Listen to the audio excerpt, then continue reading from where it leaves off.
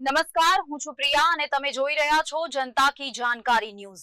નજર કરીએ આજના સમાચાર ઉપર। લોધિકા તાલુકાના પાળ પીપળિયા ગામે આવેલ આદર્શ સોસાયટીમાં રહેતા અનેક લોકો પરેશાન।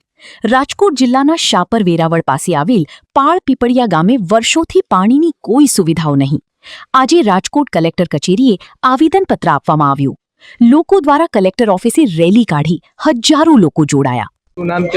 મારું નામ ગિરીશ પરમાર છે। लगभग 10 વર્ષથી आदर्श रेसिडेंसी में रहूँ छूँ।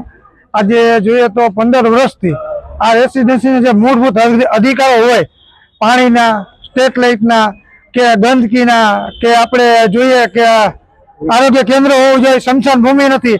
અમારે ઘણીવાર એવું થાય કે અમારી જે બોટ ડેડી હોય એને લગભગ 3-3, 4-4 કલાક રખડાવી પડે।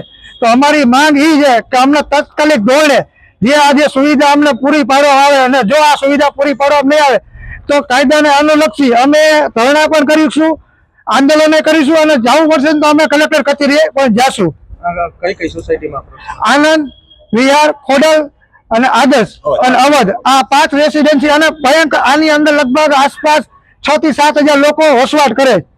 કેટલા લોકો રજૂઆત આજે રજૂઆતમાં લગભગ 2000 ની આસપાસ લોકો આવ્યા હતા અને સાઇન વાળા અમે જે કલેક્ટરને આવેદન આપ્યું એમાં સાઇન પણ છે લોકોની, જે વસવાટ કરે ને એ લોકોની સાઇન પણ છે એમાં।